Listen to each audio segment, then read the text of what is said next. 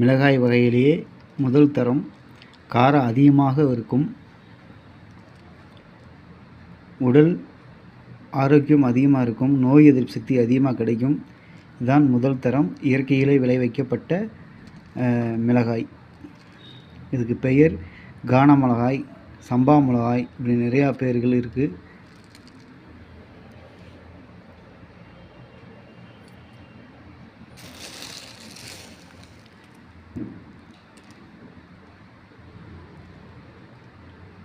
நூறு சதவீதம் காரத்தன்மை உள்ளது.